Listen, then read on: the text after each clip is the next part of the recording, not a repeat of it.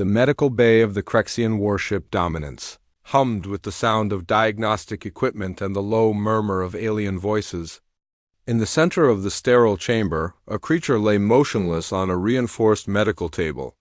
Its body, once magnificent and imposing, now bore the scars of countless battles across the galaxy. The being resembled what humans might call a cross between a horse and a dragon, standing nearly 8 feet tall when upright.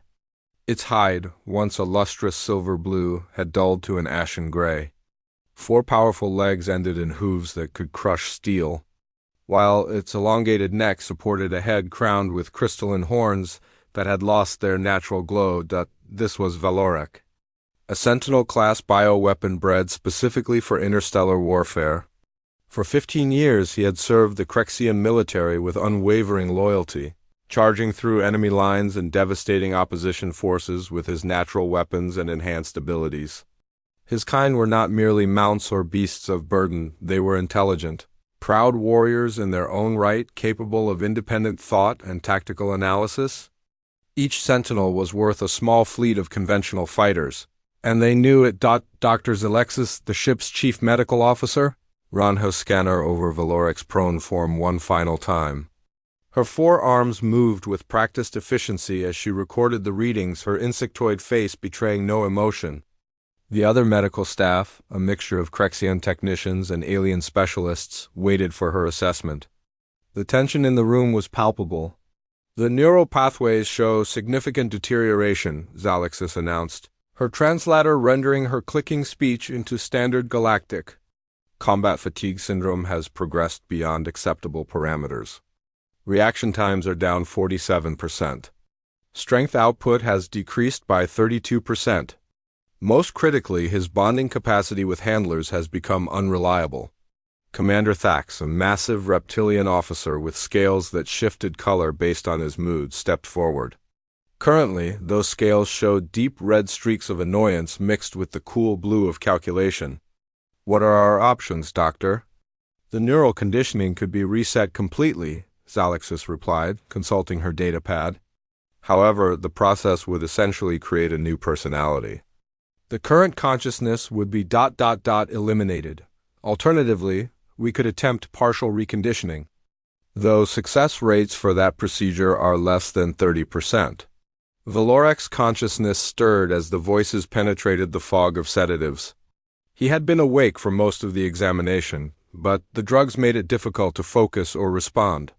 The word eliminated sent a chill through his weakened system. He had heard of other Sentinels who had undergone the reset procedure. They came back as hollow shells of their former selves, retaining their physical capabilities but losing everything that made them who they were through his partially open eyes. Valorek could see the assembly of officers and medical staff. These beings had been his world for his entire life. He had bled for them, fought for them, saved countless Crexian lives in battles across 3 sectors of the galaxy.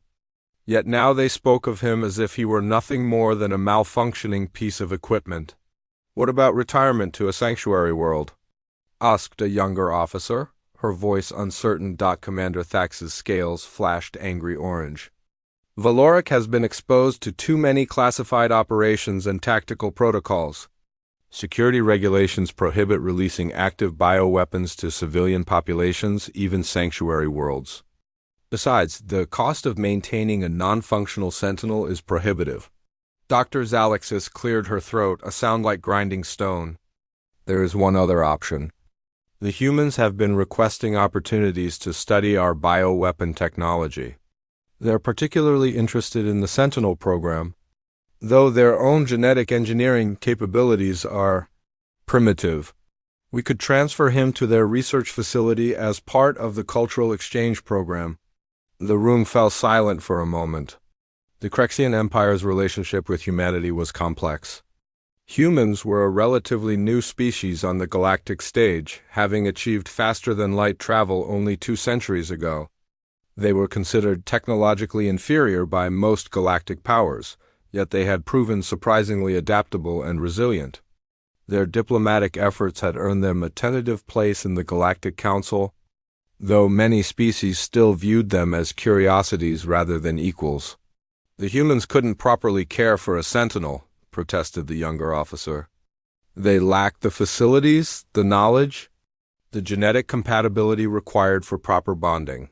Which is precisely why this would be acceptable, Commander Thax replied, his scales settling into a cold, calculated blue-green.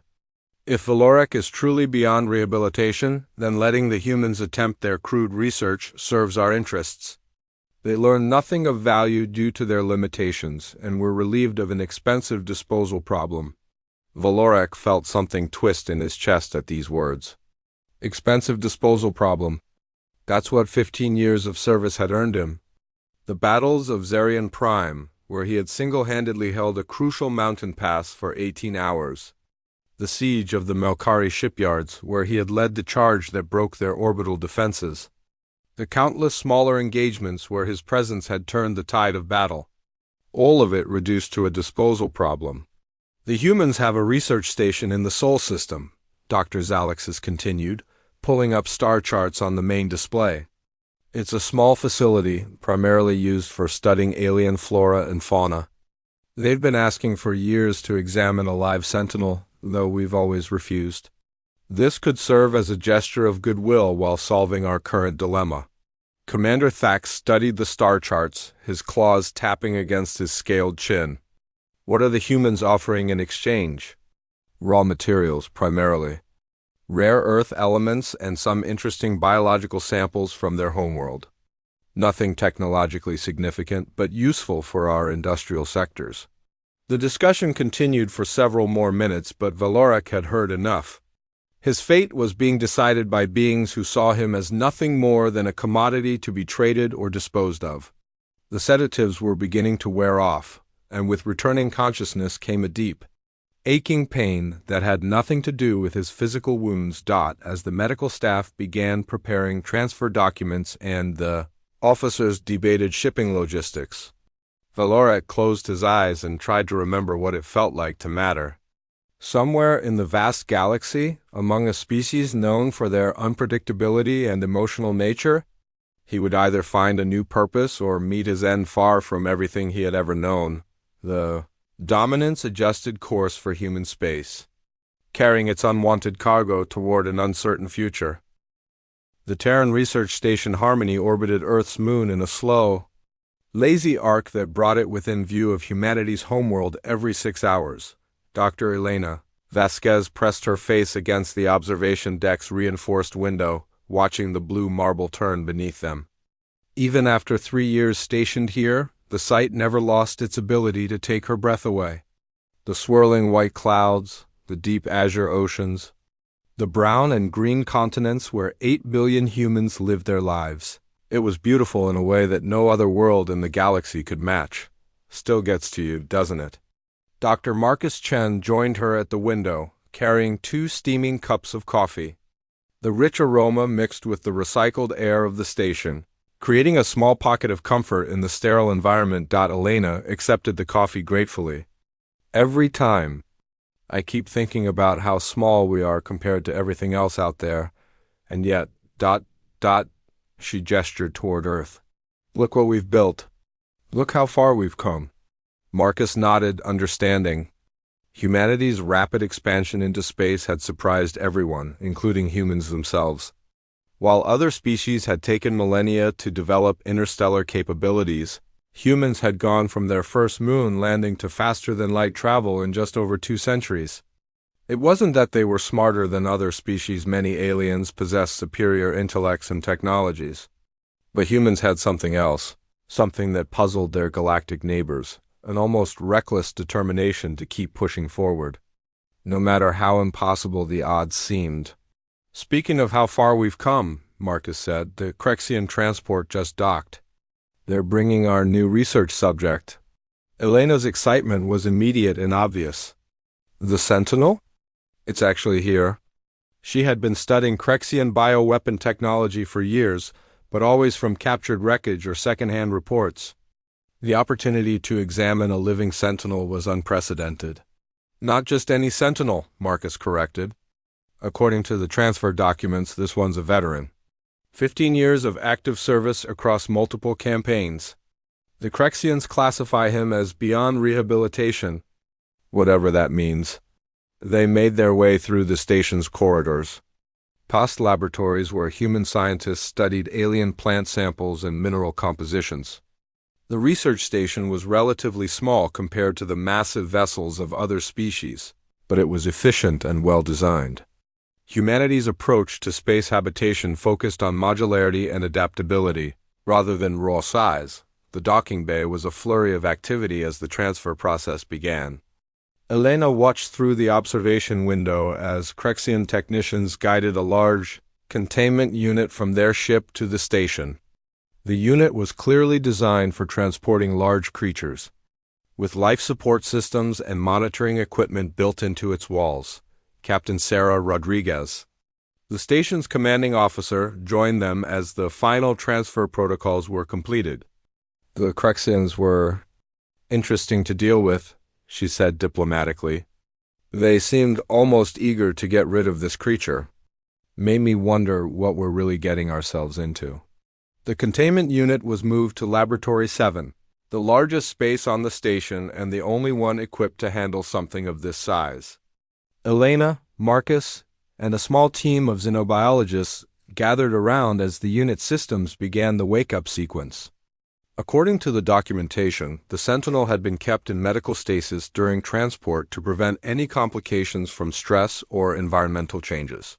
Remember, Elena addressed her team, we know very little about Sentinel psychology or social behavior.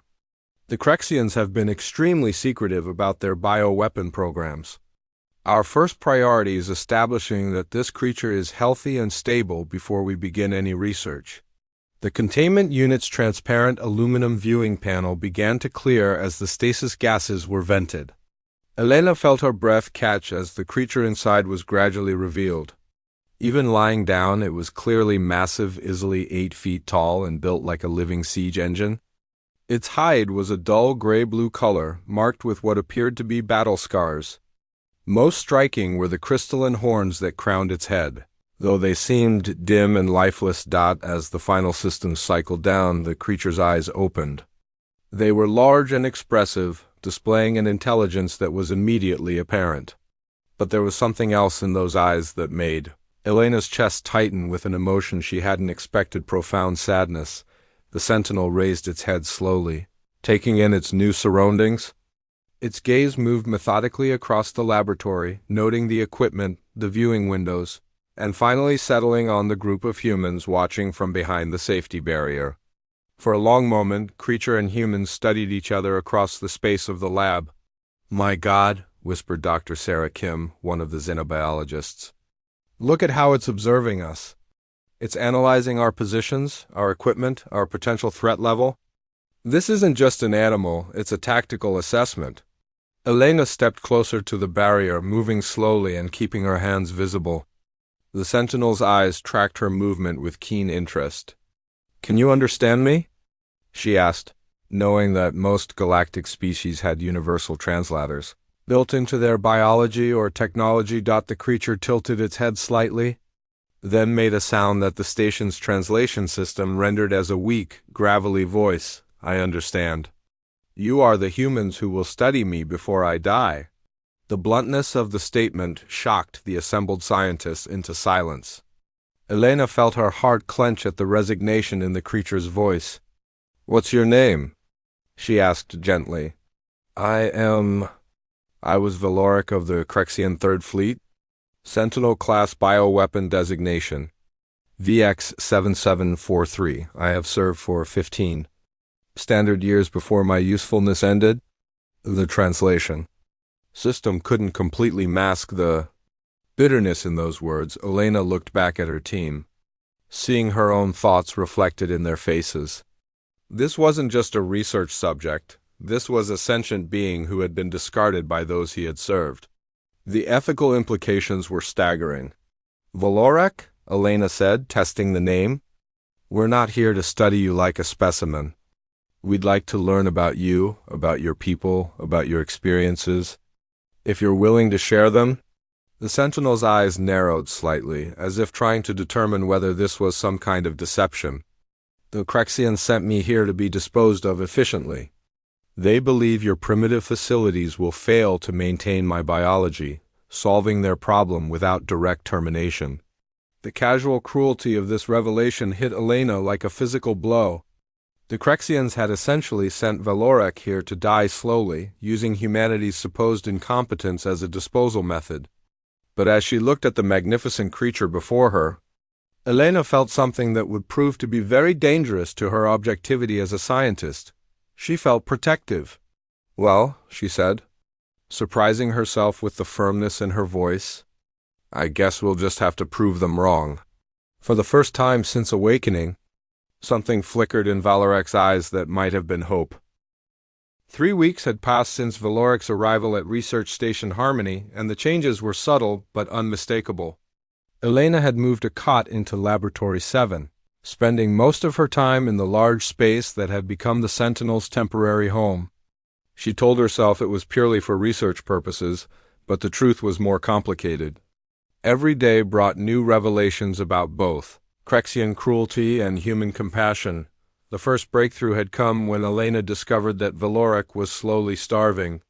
The Crexians had provided what they claimed was standard Sentinel nutrition, but it was clearly inadequate. The synthetic proteins and processed minerals were designed for efficiency, not health or comfort. Elena had watched Valorek mechanically consume the gray paste with obvious distaste, and something in his resigned acceptance had sparked her anger. "There has to be something better," she had muttered, pulling up databases of galactic nutrition and Sentinel physiology. Working with the station's food synthesizers and their limited knowledge of alien biology, Elena and her team began experimenting with alternatives the day they offered. Valorek, a mixture that included actual Earth-grown grains and proteins derived from terrestrial animals.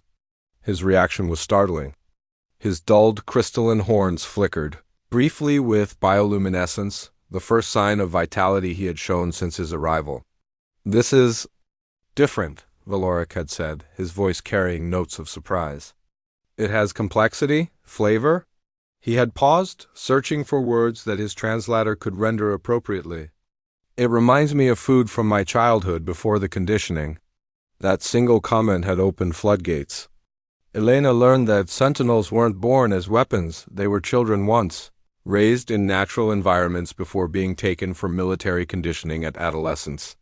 The Crexian military had systematically removed everything that made them individuals, turning them into perfect soldiers who knew only duty and obedience. Elena found herself staying later each day, sitting cross-legged on the floor outside Valorek's designated area as he told her stories of his life before the war.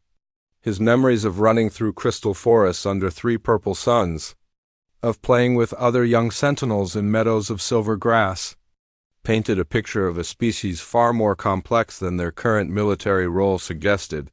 "We were not always weapons," Valorek explained one evening as Earth hung in the viewports like a blue jewel. "My people were philosophers and artists before the Crexians conquered our world. We built cities that sang with the wind and created gardens that bloomed across continents. But that was 800 years ago. Few remember what we were." Elena felt anger burning in her chest. "How many of your people are left?" "Perhaps 10,000 across the entire Crexian fleet. We are bred in laboratories now, our genetics carefully controlled to maximize combat effectiveness. The wild populations were eliminated centuries ago." Valorek's head drooped slightly. "I am among the last to carry memories of the old ways, passed down in secret despite the conditioning." That night, Elena couldn't sleep. She found herself in the station's small garden module, a cramped space where earth plants grew under artificial sunlight. Dr. Chun found her there at 0300 hours, sitting among tomato vines and thinking. "Can't sleep either?" he asked, settling down beside her. "Marcus, what we're doing here. It's not enough." Elena's voice was tight with frustration. "We're treating him like a research subject when he's clearly a refugee. A prisoner of war who served his captors for 15 years and got thrown away when he wasn't useful anymore." Marcus nodded slowly. "The ethics committee is having fits?" Half of them want to transfer Valorek to a proper xenobiology facility with better resources. The other half are arguing that we have no legal right to intervene in Crexian military decisions. And what do you think? Marcus was quiet for a long moment, listening to the hum of air recyclers and the whisper of growing plants. I think Valorek asked me yesterday if earth flowers have scents like the ones from his homeworld. A weapon doesn't wonder about flowers, Elena. The next morning brought an unexpected development. Captain Rodriguez called Elena to her office with news that the Crexian Empire had sent an inquiry about Valorek's status. They wanted a progress report on human research and an estimated timeline for the disposal of the specimen. They expect him to be dead by now, Rodriguez said bluntly. According to their projections, our primitive facilities should have failed to maintain his biological systems within 2 weeks. Elena felt cold rage settle in her stomach. What do we tell them? That's the question. Officially, we're supposed to be studying him for potential military applications. But from what I've observed, you've been treating him more like a patient than a test subject. Rodriguez was right, and Elena knew it. She had been breaking protocol from the beginning, but she couldn't bring herself to care. Captain, have you talked to him? Really talked to him? I have. And I've read your reports. Every one of them. Rodriguez leaned back in her chair, her expression thoughtful. Elena, I want you to know that what you're doing, it's the most human thing I've seen in years. But it's also potentially dangerous. The Crexians could interpret our failure to properly study their bioweapon as an act of aggression. So what are our options? Rodriguez pulled up a holographic display showing ship manifests and diplomatic schedules. There's a civilian transport leaving for the outer colonies next month. If Valorek were to somehow find his way aboard as a diplomatic passenger rather than a research subject. Elena's eyes widened. You're talking about helping him defect. I'm talking about recognizing that intelligent beings have rights, regardless of how their creators classify them. Rodriguez's voice was firm. But Elena, this can't be an official decision. If this goes wrong, it has to look like a human error, not a calculated act of defiance. That afternoon, Elena found herself sitting with Valorek as usual, but this time the conversation felt different. She watched him carefully as she broached the subject of his future. Valorek, what would you do if you could go anywhere in the galaxy? The Sentinel's crystalline horns flickered with faint light as he considered the question. I have never been asked such a thing. My life has always been directed by others. But if you could choose? I think, Valorek's voice grew distant, I would like to see a world with growing things. Perhaps help other lost souls find their way. The galaxy is full of displaced beings, refugees from wars and natural disasters. Someone should care for them. Elena smiled, feeling something settle into place in her mind. That sounds like a worthy purpose for someone with your strength and experience. But such dreams are impossible. For one such as me. Maybe not as impossible as you think. As Earth turned slowly beneath them, Elena began to outline a plan that would either save a life or destroy her career. Possibly both. The plan Elena and Captain Rodriguez had conceived was elegant in its simplicity, but terrifying in its implications. Valorek would be transferred to a civilian transport as a diplomatic cultural exchange participant, with documentation showing that he had requested asylum with human authorities. The key was making it appear that Valorek had initiated the request himself, removing any appearance of human interference in Crexian military affairs, but first, they needed to ensure Valorek was healthy enough to survive the journey and integration into human society. Elena had been working with the station's medical team to develop treatments for the various health issues caused by years of inadequate care and combat stress. The process was complicated by the fact that human medical knowledge of Sentinel physiology was virtually non-existent. Dr. Sarah Kim had become Elena's closest collaborator in this effort. Look at these neural scans, she said, pulling up holographic displays of Valorek's brain activity. The areas responsible for emotional processing and individual identity show significant suppression, clearly artificial. But underneath that suppression there's massive activity. It's like his true personality is trying to break through decades of conditioning. Elena studied the scans with fascination and growing anger. They didn't just train him to be a weapon. They chemically and neurologically altered him to suppress his natural personality. The really incredible thing is how much he's recovered just from basic humane treatment. 3 weeks of proper nutrition, respectful interaction, and intellectual stimulation have done more to reverse the damage than I would have thought possible. Elena had noticed the changes herself. Valoric's crystalline horns now glowed with steady, warm light when he was engaged in conversation. His posture was more upright, his movements less mechanical. Most remarkably, he had begun asking questions about Earth, about human society, about concepts like art and music that had been stripped from his military existence. Elena, Dr. Kim continued, there's something else you should know? I ran comparative analyses on his genetic structure. Valoric's people weren't just artists and philosophers, they were empathic. Their nervous systems are designed to sense and respond to the emotional states of other beings. That's why he's responding so well to compassionate treatment. Exactly. And it explains why the Crexians had to use such extreme conditioning. A naturally empathic species would be almost incapable of the kind of cold, calculated warfare the Sentinels are used for. They had to systematically destroy his ability to feel compassion. Elena felt a familiar surge of protective anger. Every day brought new evidence of the systematic cruelty that had shaped Valoric's existence. But it also brought evidence of his remarkable resilience and capacity for healing. That evening, she found Valoric in his usual spot near the viewport, watching Earth turn slowly beneath them. His horns were glowing softly, a sign she had learned indicated contentment or deep thought. "What do you see when you look at that world?" she asked, settling down beside him with 2 cups of the herbal tea he had grown to enjoy. "I see complexity," Valoric replied, accepting the tea gratefully. "So many lights, indicating so many individual lives, each pursuing their own purposes, their own dreams. It is beautiful in a way that is difficult to explain. You know, you could see it up close if you wanted to."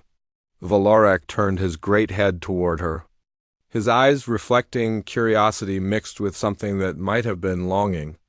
The Crexians would never permit such a thing. The Crexians don't have to know. Elena took a deep breath, knowing that her next words would change both their lives irrevocably. "Valoric, what would you say if I told you that you could request asylum with human authorities? That you could become a free citizen rather than a military asset?" The Sentinel was quiet for so long that Elena began to worry she had overstepped some crucial boundary. When he finally spoke, his voice was barely above a whisper. "Is such a thing possible?" "It would be dangerous. For you and for us. The Crexians might see it as theft of military property. There could be diplomatic consequences. And you would risk such things ... for me?" Elena looked into his eyes and saw something that made her chest tight with emotion. She saw hope, yes, but also fear, the fear of someone who had been disappointed too many times to truly believe in rescue. "Valoric, in the weeks you've been here, you've shown more wisdom, compassion, and dignity than most of the supposedly civilized beings I've encountered in my career. You're not property. You're not a weapon. You're a person who deserves to choose his own fate." Valoric's horns blazed with sudden, brilliant light, the first time Elena had seen them at full intensity. The effect was breathtaking, casting rainbow patterns across the walls of the laboratory. "I would be honored to request such asylum," he said formally. "But I must ask what would become of me in human society. I have no skills except warfare. I have no knowledge except of conflict and conquest." Elena smiled, remembering his earlier comment about helping displaced beings. "I think you'd be surprised how many skills translate. Leadership, tactical thinking, the ability to remain calm under pressure, physical strength, enhanced senses, all of these have applications in peaceful endeavors. And besides, you've already shown something else that's incredibly valuable." "What is that?" "The ability to heal from trauma and help others do the same. Do you have any idea how many humans struggle with post-traumatic stress from our own conflicts? Someone who understands that struggle and has overcome it could help thousands of people. Over the next 3 days, Elena and Captain Rodriguez worked with the station's legal team to prepare the necessary documentation. The asylum request was carefully crafted to emphasize Valorek's voluntary choice and his potential contributions to human society. Most importantly, it established legal precedent that intelligent beings could seek protection regardless of their original military classification. The response from Earth's government was swift and positive. Humanity, still eager to prove itself as a compassionate and ethical galactic power, saw Valorek's case as an opportunity to demonstrate their values. Within 72 hours, official asylum approval arrived along with transport arrangements and integration support resources. When Elena delivered the news to Valorek, his reaction was immediate and overwhelming. The great warrior who had faced countless battles across the galaxy collapsed to his knees, his entire body shaking with emotion as tears flowed freely down his face. "I thought I would die as a weapon," he whispered through his tears. "I never dared to dream I might live as a person." Elena knelt beside him, placing a gentle hand on his lowered head. "You're going to do more than just live, Valorek. You're going to help us prove that compassion is stronger than conquest." 3 days later, as the civilian transport prepared for departure, Elena stood with Valorek in the docking bay. His few possessions, mostly books and art materials that the humans had given him, were packed in a simple bag. "Will I see you again?" he asked, his voice uncertain. "I'm putting in for a transfer to Earth," Elena replied. "Someone needs to help coordinate integration services for other refugees. I can't think of anyone better qualified to help design those services than you." As Valorek boarded the transport that would take him to his new life, Elena felt something she hadn't expected: pride. Not in humanity's technology or military might, but in their capacity for compassion. They had taken a broken warrior and helped him. Remember that he was more than the sum of his scars. The galaxy would take note of this kindness. And some beings would remember that humans, despite their youth and limitations, had proven that strength without compassion was just another form of weakness. 6 months after leaving Research Station Harmony, Valorek stood on a mountainside in Colorado, breathing air that tasted of pine trees and snow. The Rocky Mountains stretched endlessly before him, their peaks touching clouds that moved in patterns unlike anything he had seen on other worlds. Earth's sky was a blue so pure it made his crystalline horns glow with sympathetic resonance. The integration process had been challenging but rewarding. Human society was far more complex than military structure, with layers of social interaction, cultural tradition, and individual choice that initially overwhelmed someone who had known only orders and obedience. Elena had been true to her word, transferring to Earth to help establish the Galactic Refugee Integration Program, with Valorek as its first success story and eventual co-director.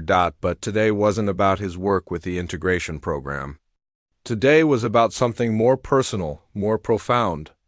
Today, Elena's daughter was coming to meet him. Maya Vasquez was 16 years old, born during Elena's earlier career as a xenobiologist on Titan Station.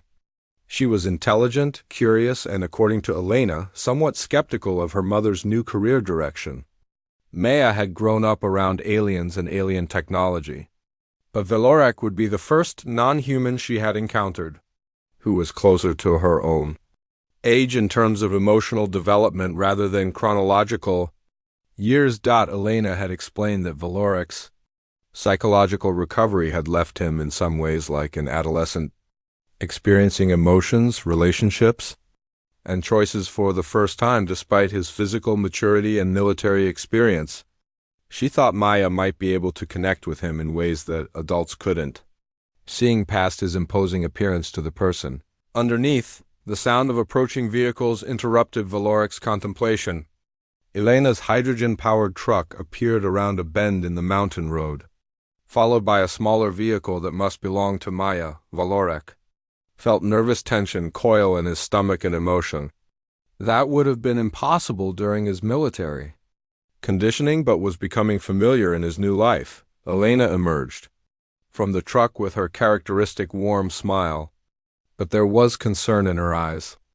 Maya climbed out of the second vehicle more slowly, her teenage wariness evident in every movement. She was tall for her age, with dark hair pulled back in a practical ponytail and eyes that missed nothing.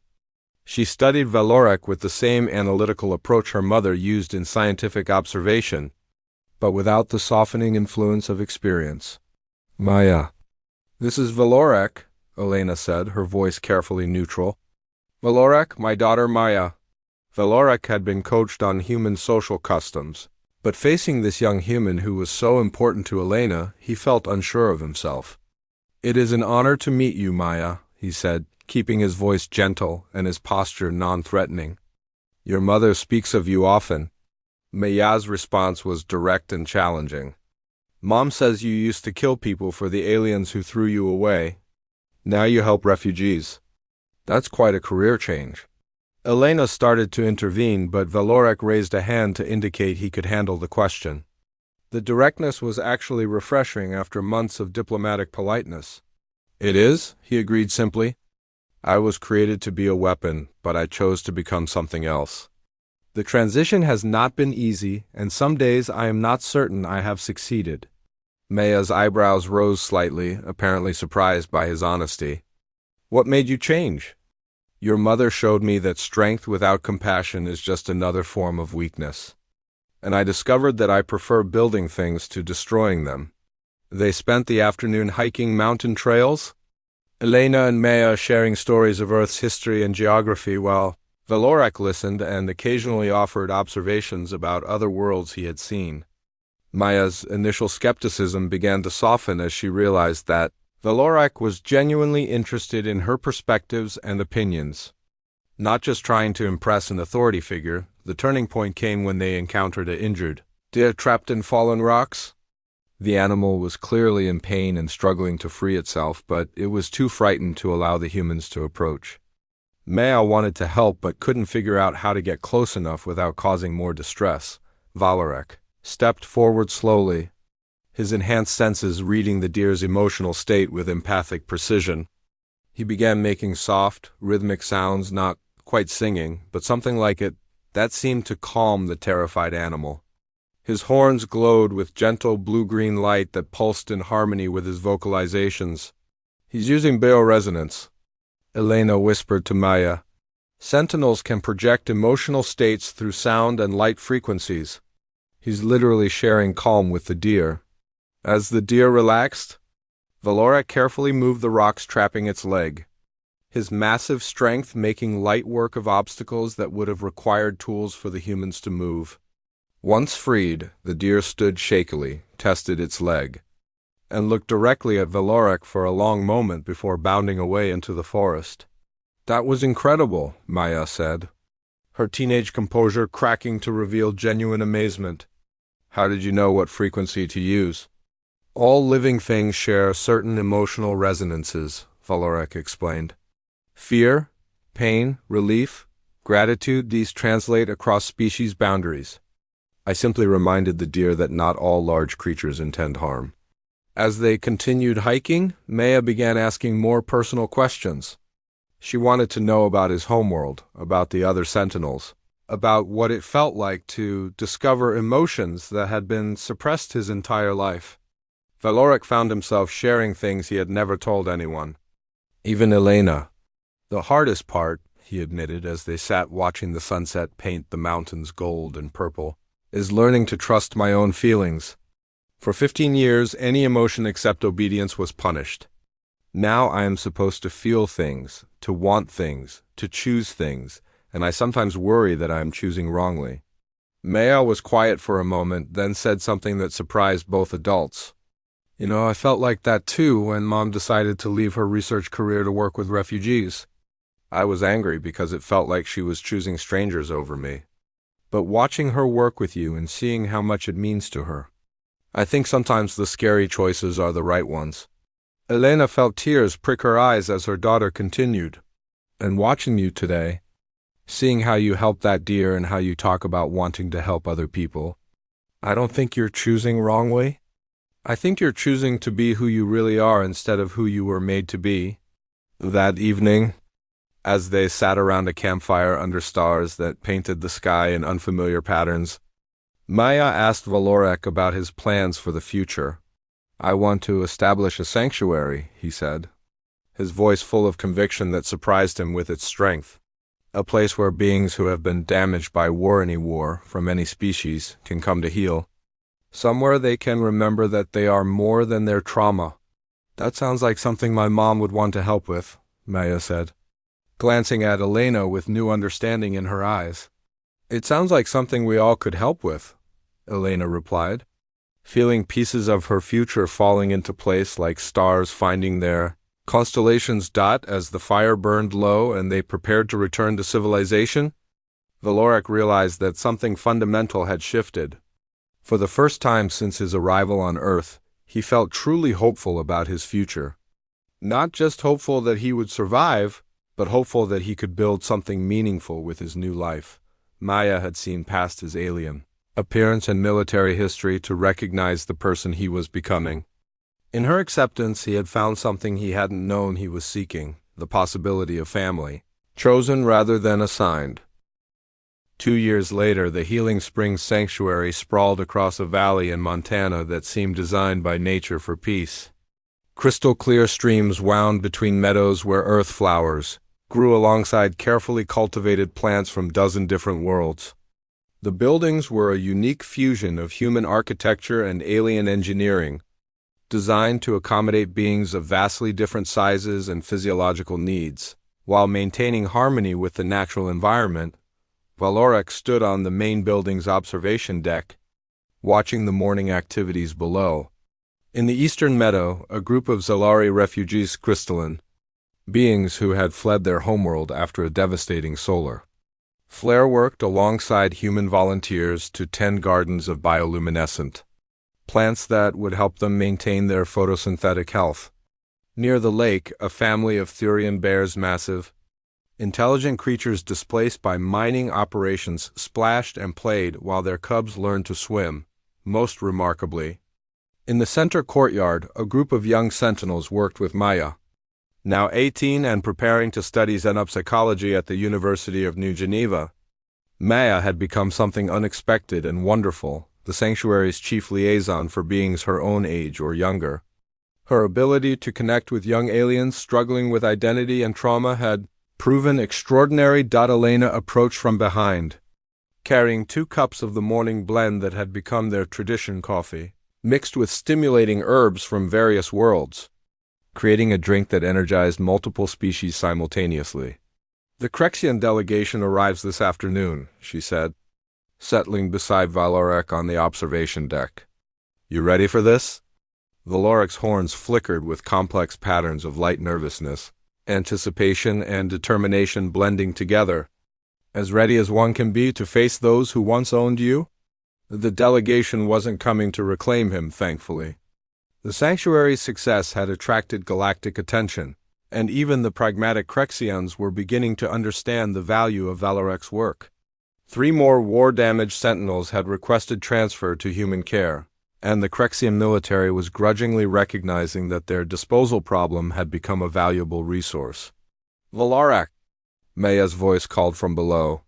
She was leading a small group of young aliens toward the main building, her enthusiasm evident even from this distance. "The new arrivals want to meet you before the delegation gets here." The new arrivals were a mixed group: 2 young sentinels who had been deemed unfit for service, a Thurian cub whose parents had been killed in territorial conflicts, and surprisingly, 3 human children whose families had been displaced by corporate wars in the outer colonies. The sanctuary had evolved beyond its original mission of helping alien refugees to become something more universal, a place where anyone damaged by conflict could find healing. Valorek made his way down to the courtyard, his presence immediately calming the nervous energy of the group. Over the past 2 years, he had developed an almost mystical ability to sense emotional distress and provide exactly the kind of support each individual needed. The young sentinels responded to his authority and shared experience, while other species were drawn to the gentle strength he projected. "This is Kefin Mora," Maya said, indicating the 2 young sentinels. They were both smaller than Valorek, their horns dim with fear and confusion. They've been told they're defective because they refuse combat training. Valorek knelt to bring himself closer to their level, his horns glowing with warm, welcoming light. There is nothing defective about refusing to destroy life, he said gently. You are choosing to honor what your people once were before they were forced to become weapons. Keth, the braver of the two, stepped forward. The trainer said we would be terminated if we could not learn to kill efficiently, but the thought of harming another being makes us sick. That sickness is not weakness, Valorek replied. It is your soul rejecting something contrary to your nature. Here you will learn that there are many ways to be strong. As the morning progressed, Valorek worked with each of the new arrivals individually. The human children were fascinated by his stories of distant worlds, while the Thurian cub found comfort in his protective presence. The young sentinels absorbed his every word, desperate for someone who understood their struggle between programmed purpose and natural inclination. Elena watched these interactions with professional admiration and personal pride. Valorek had become something unprecedented in galactic history, a military asset, who had successfully transitioned to civilian life and used his experiences to help others do the same. His work was being studied by xenopsychologists across known space. As a model for rehabilitation and integration, the Crexian delegation arrived precisely on schedule. Their ship, a stark reminder of the military efficiency that had once defined Valorek's existence. The delegation was led by Commander Thax, the same officer who had decided Valorek's fate 2 years earlier. His scales showed the blue-green of calculated neutrality, but Elena detected hints of orange that suggested curiosity. Valorek of the Sanctuary, Commander Thax said formally, using the title that had become Valorek's official designation in galactic records. Your reputation has spread throughout our fleet. Commander Thax, Valorek replied with equal formality. I am honored by your visit to our sanctuary. The delegation toured the facilities with obvious amazement. They observed therapy sessions where traumatized beings learned to process their experiences through art and music. They watched former soldiers from multiple species work together on construction projects and agricultural development. Most impactfully, they saw the 3 young sentinels who had arrived over the past months, now healthy, confident, and pursuing individual interests that ranged from botanical studies to stellar. CRTOGRPHY. The turning point came when they encountered Keth and Mora leading a group of mixed-species children in what appeared to be a game, but was actually a sophisticated exercise in cooperative problem-solving. The young sentinels were using their enhanced abilities not for warfare, but for teaching and protection, helping smaller beings navigate challenges safely. These juveniles were classified as defective, one of the delegation members observed. Yet they appear functional and productive. They were never defective, Maya interjected with the confidence of someone who had worked closely with both young beings. They were just being measured against the wrong standards. Commander Thax studied Mayo with interest. You are the human offspring who specializes in juvenile integration. I'm the human who helps kids figure out who they want to be instead of who they're told they have to be, Maya corrected. Her tone respectful but firm that evening. The delegation joined the sanctuary community for their traditional dinner gathering. Representatives from dozens of species shared food, stories, and music under the Montana stars. Valorek found himself sitting between Commander Thax and Maya, bridging the gap between his military past and his chosen family. I must confess something, Commander Thax said quietly, his scales showing the yellow of uncertainty. When we transferred you to human care, we expected you to die within weeks. Your survival was unforeseen. My survival was the result of beings who chose to see me as more than my military designation, Valorek replied. The humans taught me that healing is possible, even from the deepest wounds, and now you teach others the same lesson. We all do. Healing is not something one being can accomplish alone. Commander Thax was quiet for a long moment, watching the mixed groups of beings interacting around the courtyard. The Crexian military has been observing your work here, We have concerns about the cost-effectiveness of our current disposal methods for damaged bioweapons. Elena and Valorek exchanged glances, understanding the implications immediately. We have 15 more Sentinels currently classified as beyond rehabilitation, Commander Thax continued. If your sanctuary could accommodate them, We'll make room, Elena said immediately. But they come as voluntary participants in a healing program, not as research subjects or disposal problems. Agreed. The political value of demonstrating Crexian cooperation with human humanitarian efforts outweighs other considerations. As the delegation prepared to depart the next morning, Valorek stood with Maya and Elena, watching the Crexian ship rise toward the stars. The future stretched ahead of them, full of possibilities that would have been unimaginable 2 years earlier. Do you think we can really help them all? Maya asked, referring to the incoming Sentinels. We can help them help themselves, Valorek replied. And in doing so, we prove that even the deepest damage can heal given time, patience, and compassion. Elena smiled, watching Earth's sun climb over the mountains that had become their home. You know what the best part is? Every being we help here goes back into the galaxy carrying the knowledge that healing is possible. We're not just building a sanctuary, we're building hope. As if in response to her words, Valorek's horns blazed with brilliant light. The same light that had first flickered when Elena offered him food that tasted of kindness. The light reflected off the streams, the buildings, the faces of dozens of beings who had found new purpose in this valley, where humans had proven that compassion could triumph over conquest.